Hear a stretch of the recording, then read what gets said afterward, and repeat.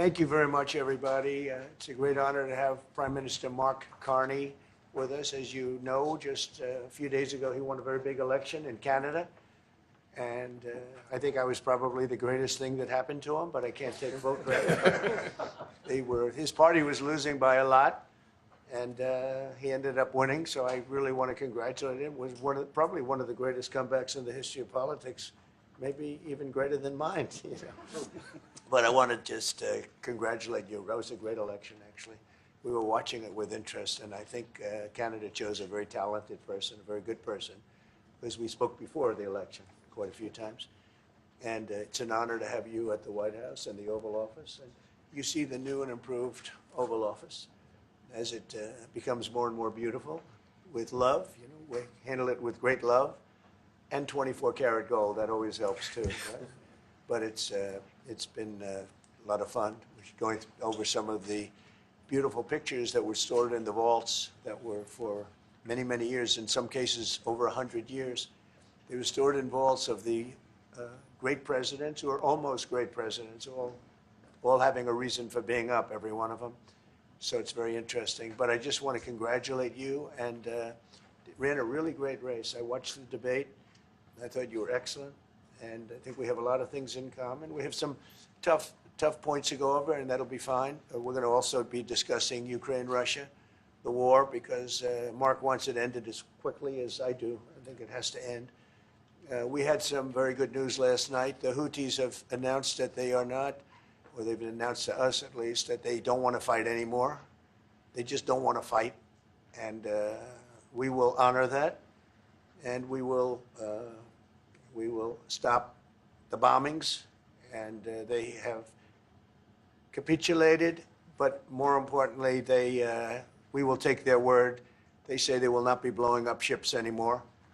And that's what the purpose of what we were doing. So that's just news. We just found out about that. So I think that's very, very positive. They were knocking out a lot of ships going, as you know, sailing beautifully down the various seas. It wasn't just the canal. It was a lot of other places. And I will accept their word, and we are going to stop the bombing of the Houthis. Effective immediately, and Marco, you'll let everybody know that, okay? Do you have something to say about that, by the way? It's a pretty big announcement. Yeah, this was always a freedom of navigation mission. These are, a band of individuals with advanced weaponry that were threatening global shipping, and the job was to get that to stop. And if it's going to stop, then we can stop. And I think it's an important development. And we'll have maybe before we're going to, as you know, the Middle East, Saudi Arabia. We're going to UAE and Qatar, and that'll be, I guess, Monday night. Some of you are coming with us. I think before then we're going to have a very, very big announcement to make, like as big as it gets, and I won't tell you on what, but it's going to, and it's very positive. I'd tell you if it was negative or positive. I can't keep that out. It is really, really positive. And that announcement will be made either Thursday or Friday or Monday before we leave. But it'll be one of the most important announcements that have been made in many years about a certain subject, very important subject. So you'll all be here. Mark, would you like to say a few words? Well, thank you, Mr. President. I'm on the edge of my seat, actually, for the big announcement. But thank you for your hospitality and above all, for your leadership. You're a transformational president, focus on the economy with a relentless focus on the American worker. Securing your borders, ending the scourge of fentanyl and other opioids, and securing the world. And I've been elected with my colleagues here, with the help of my colleagues here. I'm going to spread the credit to transform Canada with a similar focus on the economy, securing our borders, again on fentanyl. Much greater focus on defense and security, securing the Arctic and developing the Arctic. And the history of Canada and the U.S. is we're stronger when we work together, and there's many opportunities to work together. And I look forward to, addressing some of those issues that we have, but also finding those areas of mutual cooperation so we can move forward. That's great. Very nice. Thank you very much. It's a very nice statement. Mr. President, Anybody? is USMCA dead? No, it was actually very effective, and it's still very effective, but people have to follow it. So, that's been a problem. People haven't followed it. But it was a transitional step a little bit, and as you know, it terminates fairly shortly. It gets renegotiated very shortly. But I thought it was a very positive step from NAFTA. NAFTA was the worst trade deal in the history of our country, probably in the history of the world. And this was a transitional deal, and we'll see what happens. We're going to be starting to possibly renegotiate that if it's even necessary. I don't know that it's necessary anymore, but it served a very good purpose. And the biggest purpose it served is we got rid of NAFTA. NAFTA was a very unfair deal for the United States. Very, very terrible deal. It should have never been made. It was made many years ago, but it should have never been made. Yeah. Mr. President, what's the survey of Canada and the United States? Would you like to see your first trade deal be with Canada? Our neighbors in the world? I would love that. Look, I have a lot of respect for this man, and I watched him come up, in a sense, through the ranks when he wasn't given much of a chance, and he ran a really great campaign. He did a really great debate. I think that debate was very helpful. I was going to raise my hand. I don't know if that's good or bad. I shouldn't say that. That might hurt you. But no, he ran a really great election, I thought. And yeah, something could happen. Something could happen. Yeah, please. What's the top concession you want out of Canada? The top concession you want out of Canada? Concession? Yes. Friendship. But that's not a concession. No, we're going to be friends with Canada. Regardless of anything, we're going to be friends with Canada. Canada is a very special place to me. I know so many people that live in Canada. My parents had relatives that lived in Canada, my mother in particular. And no, I love Canada. I have a lot of respect for the Canadians. Wayne Gretzky, I mean, how good, the great one. You happen to have a very, very good hockey player right here on the Capitals, who I have a lot of respect. He is a big, tough cookie, too. Just broke the record. And he's a great guy, and we had the team here, and I got to know a lot of the players. But now Canada is a very special place. Yeah, please. Mr. President, and Mr. Prime Minister, I'd like to get your response to this too. Mr. President, you have said that Canada should become the 51st state. Yeah. No. Well, I still believe that, but it takes two to tango, right? But no, I do. I mean, I believe it would be a massive tax cut for the Canadian citizens. You get free military, you get tremendous medical cares and other things. There would be a lot of advantages, but it would be a massive tax cut. And it's also a beautiful, as a real estate developer, I'm a real estate developer at heart. When you get rid of that artificially drawn line, somebody drew that line many years ago with like a ruler, just a straight line right across the top of the country. When you look at that beautiful formation when it's together, I'm a very artistic person, but when I looked at that beauty, I said that's the way it was meant to be. But I do feel it's much better for Canada, but we're not going to be discussing that unless somebody wants to discuss it. I think that there are tremendous benefits to the Canadian citizens, tremendously lower taxes, free military, which honestly we give you essentially anyway because we're protecting Canada if you ever had a problem. But I think it would really be a wonderful marriage because it's two places that get along very well. They like each other a lot. Well, if I may, as you know from real estate, there are some places that are never for sale. That's true. We're sitting in one right now, Buckingham Palace that you visited as well. That's true. And having met with the owners of Canada over the course of the campaign last several months, it's not for sale, won't be for sale ever. But the opportunity is in the partnership and what we can build together. And we have done that in the past. And part of that, as the President just said, is with respect to our own security. And my government is committed for a step change in our investment in Canadian security and our partnership, and I'll say this as well, that the President has revitalized international security, revitalized NATO, and us playing our full weight in NATO, and that will be part of it. And they have, I must say, Canada is stepping up the military participation because Mark knew, they were low, and now they're stepping it up, and that's a very important thing. But never say never. Never say never. Why? Mr. President, what would it take to get the tariffs off of Canada? Well, we'll be talking about different things. Like, we want to protect our automobile business, and so does Mark. But we want to make the automobiles, and we want to, we have a tremendous abundance of energy, more than any country. We have, just in Alaska alone, Anwar has been reopened now. Anwar is probably the largest find anywhere in the world. They say it's larger than Saudi Arabia. I don't know, but it's a lot. But we have tremendous amounts of energy. Other countries don't. We're both lucky in that way. They have energy. We have energy. We have more than we can ever use and more than we could ever sell, actually. And you have the same thing. So we're two countries that are very lucky. If you look at China, they don't have that. It's a big disadvantage. Other countries, most countries don't have. Most countries don't have that.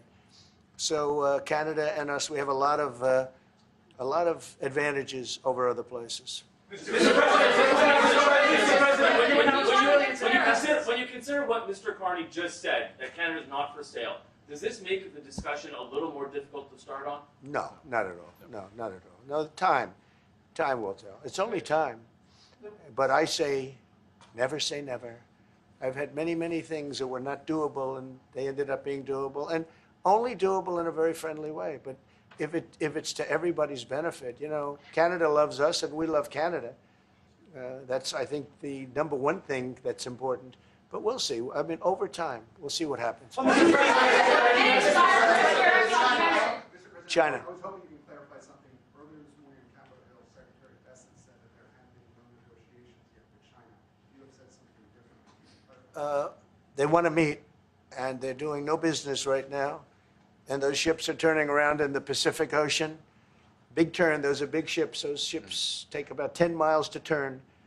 And, we lost $1 trillion to China on trade because of an incompetent president that we had who preceded me, grossly incompetent. You're finding it out more and more now. And by not trading, we're losing nothing. So we're saving $1 trillion. It's a lot. But they want to negotiate, and they want to have a meeting, and we'll be meeting with them at the right time. But you haven't met with them yet.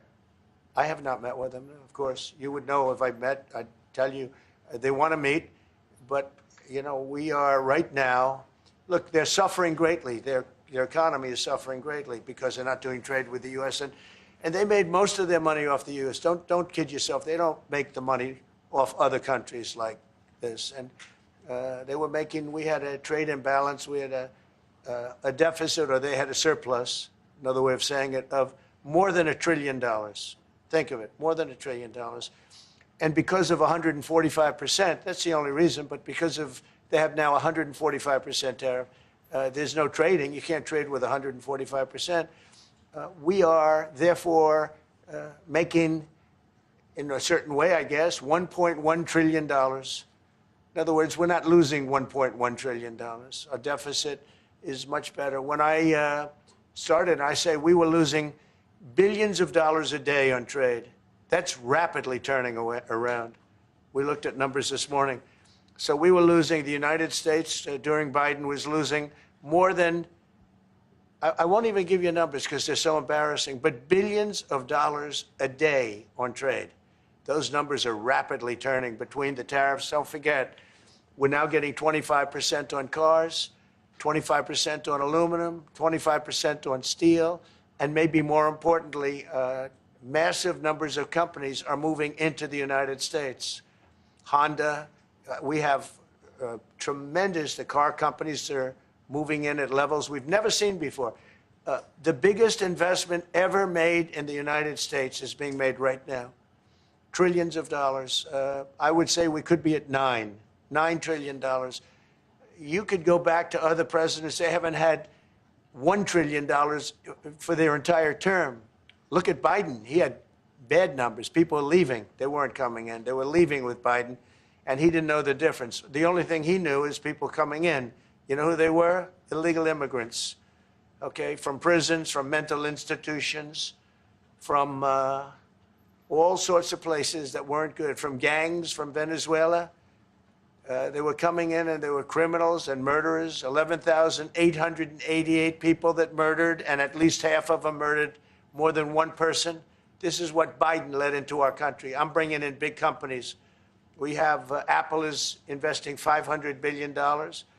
We have Jensen, as you know, is going to be 500 biggest chip maker, or chip thinker, I call him. He's really a thinker more than a maker. But we also have the maker, Mr. Wei. I get to know them all in the last, it was a cram course. But they're all moving into America because of the tariffs. And I don't think people have appreciated it. Some people do. Some of the smart people do. So we have more money coming in. It's really an amazing thing. We have more money being invested in the United States now than at any time ever before in our history, and it's not even close. And I think the real number could be 9 or 10 trillion. We don't know everybody that's doing it. We have many. I just heard about a plant that's being built right now, a very, very top-of-the-line company, and they didn't come to the White House. They're just doing it because they're making it, because if they build here, there are no tariffs. And this is the big market. This is the market. That sets us apart from it. This is the market where everyone wants to be. Now, if I didn't come here and do this, all of a sudden we wouldn't be the market where everyone wants to be. So we're able to do it in time. But we're going to have a great announcement. And I'm not necessarily saying it's on trade. Going to the beginning, we're going to have a great announcement over the next few days, an announcement that will be so incredible, so positive. And I'm not saying, I don't want you to think it's necessarily on trade. Just to finish, we also have a situation, because everyone says, when are you going to sign deals? We don't have to sign deals. We could sign 25 deals right now, Howard, if we wanted. We don't have to sign deals. They have to sign deals with us. They want a piece of our market. We don't want a piece of their market. We don't care about their market. They want a piece of our market. So we can just sit down, and I'll do this at some point over the next 2 weeks, and I'll sit with Howard and Scott and with our great vice president, who has done a really good job. We have some good news to report on a lot of fronts. But JD will be there, and Marco, and we're going to sit down, and we're going to put very fair numbers down, and we're going to say, here's what this country, what we want, and congratulations, we have a deal. And they'll either say, great, and they'll start shopping, or they'll say, not good, we're not going to do it. And I said, that's okay, you don't have to shop. Now, we may think, well, they have a right, you know, that maybe we were a little bit wrong, so we'll adjust it. And then you people will say, oh, it's so chaotic. No, we're flexible. But we'll sit down, and we'll, at some point, in some cases, we'll sign some deals. It's much less important than what I'm talking about. For the most part, we're just going to put down a number and say, this is what you're going to pay to shop. And it's going to be a very fair number. It'll be a low number. We're not looking to hurt countries. We want to help countries. We want to be friendly with countries. But you keep writing about deals, deals. When are we going to sign? When? It's very simple. We're going to say, in some cases, we want you to open up your country. In some cases, we want you to drop your tariffs. I mean, India, as an example, is one of the highest tariffs in the world. We're not going to put up with that. And they've agreed already to drop it. They'll drop it to nothing. They've already agreed. They would have never done that for anybody else but me. So we're going to put down some numbers, and we're going to say our country is open for business. And they're going to come in, and they're going to pay for the privilege of being able to shop in the United States of America. It's very simple. It's very simple. So I wish they'd keep, stop asking, how many deals are you signing this week? Because one day we'll come and we'll give you 100 deals. And they don't have to sign. All they have to do is say, oh, we'll start sending our ships right now to pick up whatever we want or to bring whatever we want. It's very, very simple. And I think my people haven't made it clear. We will sign some deals. But much bigger than that is we're going to put down the price that people are going to have to pay to shop in the United States. Think of us as a super luxury store, a store that has the goods. You're going to come and you're going to pay a price, and we're going to give you a very good price. We're going to make very good deals. And in some cases, we'll adjust. But that's where it is. And we've been ripped off by everybody for 50 years, and we're just not going to do that anymore. We can't do that. And we can't let any country do that to us. We're just not going to do it anymore. On the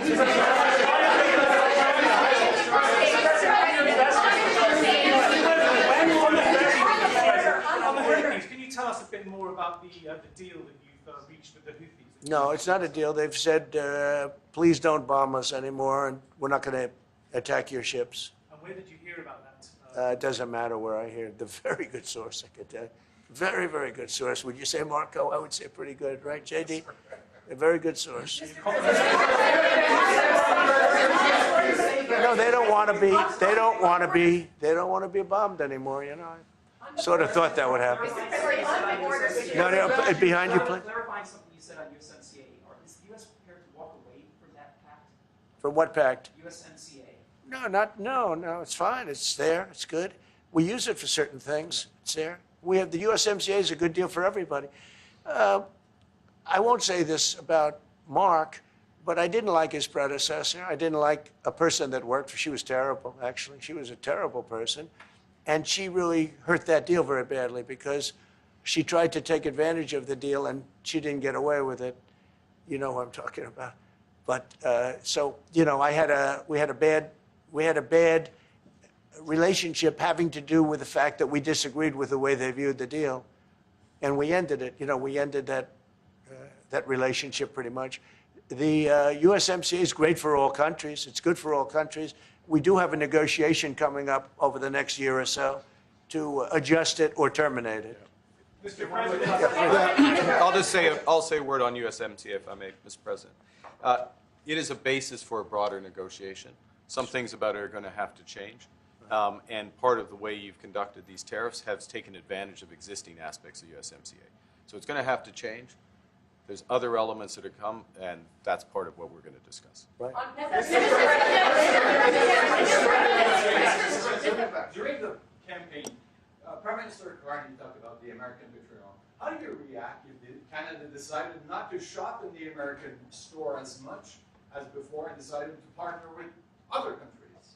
Well, we don't do much business with Canada from our standpoint. They do a lot of business with us. We're at like 4%. And usually those things don't last very long. You know, we have great things, great product. The kind of product we sell, nobody else can sell, including military. Look, we make the best military equipment in the world, and Canada buys our military equipment, which we appreciate. But we make the best military equipment in the world by far. The missiles, the submarines, everything. Everything we have is really top notch. I rebuilt our military during our last term. Stupidly, we gave some away to Afghanistan, which shouldn't have happened. But that was, I think it was the most embarrassing moment in the history of our country. It was just very incompetent people. But if you look, the man that's now the head of our Joint Chiefs, he led the attack on ISIS for me. That's why he's the head of the Joint Chiefs. And Raisin Kane, he was unbelievable. And as you know, we defeated ISIS in 3 weeks. It was supposed to take 5 years. We did it in 3 weeks. And he ran the campaign. I said, I like him. But I knew him before. I went to Iraq, and we agreed to a plan, and that was the plan. And as you know, we did it in record time. So we have, you know, we have the best equipment in the world. We have the best, a lot of things. And but Canada, it does a lot more business with us than we do with Canada. Yeah. Mr. President. Can I ask you about your investments, Mr. President? When do you think the investments that you've announced, the trillions, will finally hit economic data this year? When you're saying about the tariffs? No, about the investments that you've announced. Oh, it's hitting right now. Look, they're already starting AI plants. These are not people that look for financing. That's a good thing. You know, in real estate, you get a site, then you have to look for financing. You have to get your zoning. You know, 5 years later, you start building. You get a bank, then the bank's no good. These people have massive amounts of cash.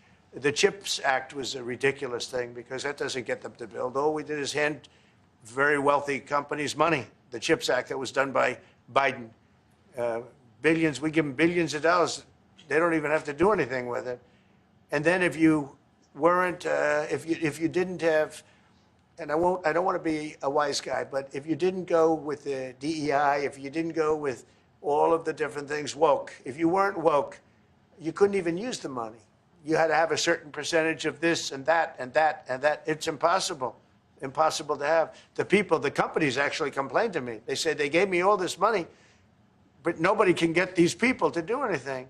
I mean, look, President Obama, and if he wanted help, I'd give him help because I'm a really good builder and I build on time, on budget.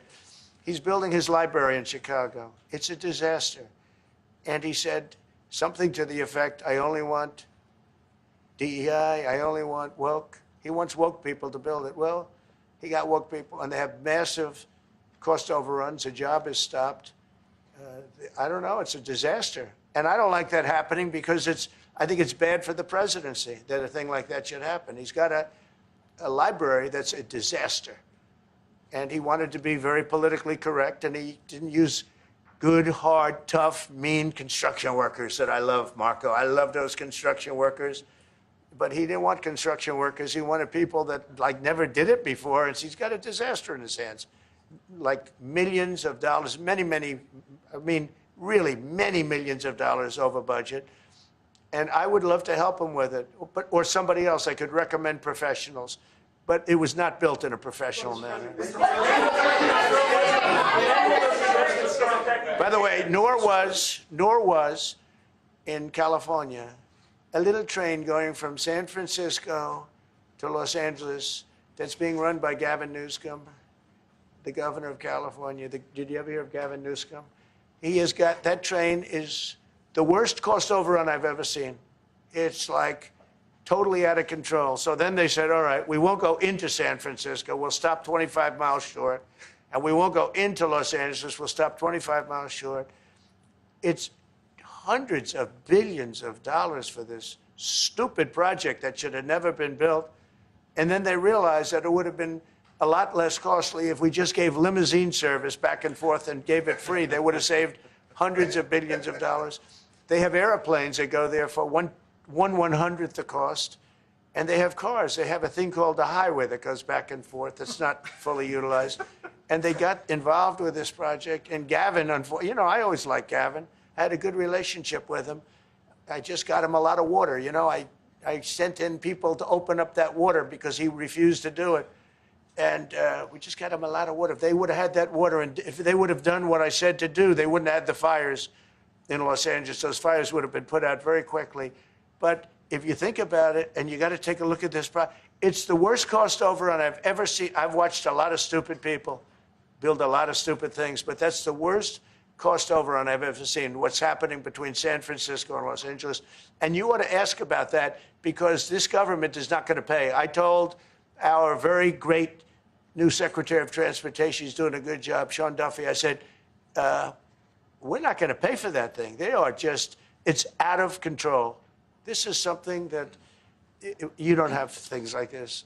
It's not even conceivable. Like 30 times over budget, 30 times. It's the craziest thing and now it's hundreds of, it was supposed to be a simple train. And I think the media should take a look at it. And I'd love him to run for president on the other side. You know, I'd love to see that. But I don't think he's going to be running because that one project alone, well, that and the fires and a lot of other things, pretty much put him out of the race. Mr. President, what changes would you like to see to the USMCA? Or what changes would you like to make? We're going to work on some subtle changes, maybe. I don't even know if we're going to be dealing with USMCA. We're dealing more with concepts right now. Look, right now, we're doing trade. We have trade. They're paying a tariff on cars and steel and aluminum. And I think we have a baseline of 10% or something like that for the tariffs. But we're getting along very well. Right now, going no further, but we have an agreement. We did something with even parts. You want to discuss that, Howard, with respect to Canada, which helps Canada out? Sure. So we've made an arrangement with the car companies that 15% of their USMCA parts are included, and then 15% of foreign parts from the manufactured suggested retail price are not tariffed to help domestic manufacturing really thrive. So it gave them a chance to be able to build their car parts factories if they're going to. A lot of these companies already have factories, and what they have to do is just fill them out. But they're able to build them in the United States, so we gave them a pretty substantial period of time. Just to clarify, Mr. President, is there anything the Prime Minister can say to you today to change your mind on tariffing Canada? Tariffing cars? Tariffing Canada. Is there anything he can say to you in the course of your meetings with him today that would get you to lift tariffs on Canada? No, Why not? just the way it is. What's the first state? Yeah. If Canadians don't want it, would you respect that? Sure I would. But this is not necessarily a one-day deal. This is over a period of time they have to make that decision. Yes, go ahead. Yeah, if I may. Well, if respectfully, Canadians' view on this is not going to change on the 51st state. Secondly, we are the largest client of the United States in the totality of all the goods. So we are the largest client of the United States. We have a tremendous auto sector between the two of us, and the changes that made have been helpful. 50% of a car that comes from Canada is American. That's not like anywhere else in the world. And to your question about is there one thing? No, this is a bigger discussion. There are much bigger forces involved, and this will take some time and some discussions, and that's why we're here, to have those discussions, and that is represented by who's sitting around the table. See, the conflict is, and this is very friendly. We're not. This is not going to be like we had another little blow up with somebody else. That was a much different. This is a very friendly conversation, but we want to make our own cars. We don't really want cars from Canada, and we put tariffs on cars from Canada, and at a certain point, it won't make economic sense for Canada to build those cars. And we don't want steel from Canada because we're making our own steel, and we're having massive steel plants being built right now as we speak. We really don't want Canadian steel, and we don't want Canadian aluminum and various other things because we want to be able to do it ourselves. And we, because of past thinking of people, we have a tremendous deficit with Canada. In other words, they have a surplus with us. And there's no reason for us to be subsidizing Canada. Canada's a place that will have to be able to take care of itself economically. I assume they can. I will tell you that Trudeau, when I spoke to him, I used to call him Governor Trudeau. I think that probably didn't help his election. But when I spoke to him, I said, so why are we taking your cars? Why are we taking we want to make them ourselves. I mean, I said, and if the price of your cars went up, or if we put a tariff on your cars of 25%, what would that mean to you? He said, that would mean the end of Canada. He actually said that to me. And I said, that's a strange answer, but I understand his answer. But no, I mean, it's hard to justify subsidizing Canada to the tune of maybe $200 billion a year. We protect Canada militarily, and we always will. We're going to, that's not a money thing. But we always will. But, it's not fair. But why are we subsidizing Canada $200 billion a year, or whatever the number might be? It's a very substantial number. And it's hard for the American taxpayer to say, gee whiz, we love doing that. Thank you very much. We're going to have a very substantive vote. Thank you. Thank you very much. Why don't you not look at our governor? Why did you not Canada is not contributing 50% of Sir, NATO spending? You come out, Canada's NATO spending. Canada, thanks, guys. You seem to deal with this. Why don't you call him the governor? Why do you call him president? Thanks, guys. We're out. Are you going to the World Cup? Thank you. Are you going to go to the World Cup games? Thanks, guys. Keep going. I'm just waiting for my pen. Thank you. Sorry.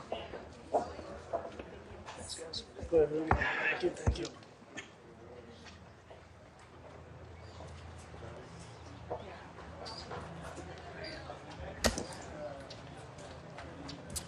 Sorry, you okay? Yeah, all good.